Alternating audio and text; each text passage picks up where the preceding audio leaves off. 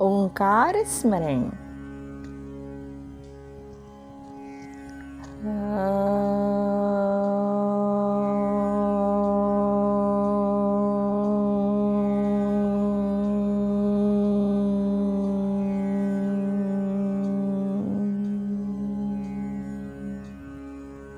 दोस्तों, आज जो कहानी मैं आपको सुनाने जा रही हूँ उसका शीर्षक है बिना सेवा के विद्या नहीं।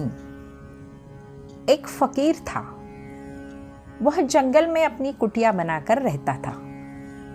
उसे एक विद्या आती थी। वह पीतल को सोना बना देता था। लेकिन इस विद्या का प्रयोग वह तभी करता था जब उसकी बहुत जरूरत होती थी, और वह भी गरीबों के फायदे के लिए।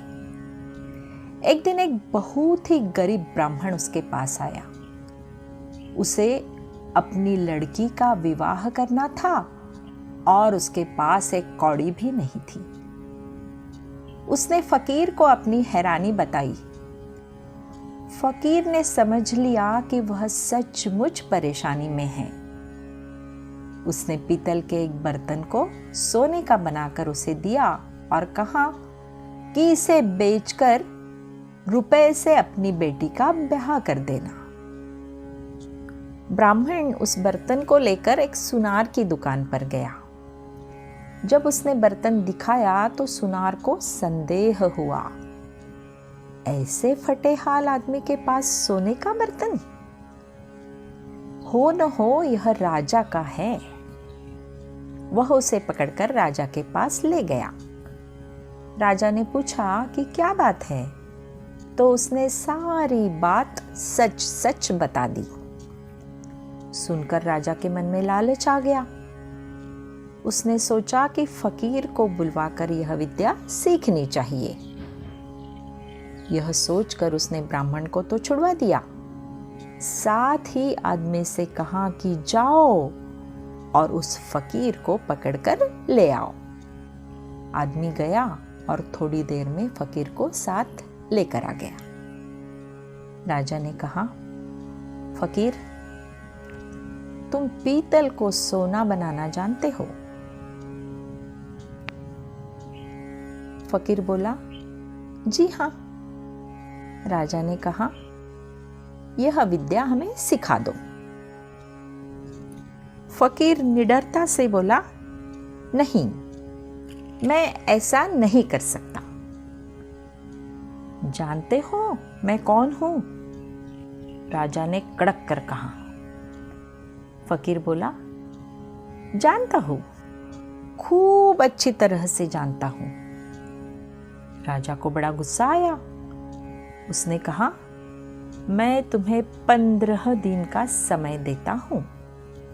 अगर इस बीच तुमने मुझे विद्या सिखा दी तो ठीक, नहीं तो तुम्हें फांसी के तख्ते पर लटकवा दूंगा। उसने फकीर को रवाना कर दिया। वह रोज शाम को उसके पास आदमी भेजता कि वह तैयार है या नहीं। फकीर का एक ही उत्तर होता, नहीं।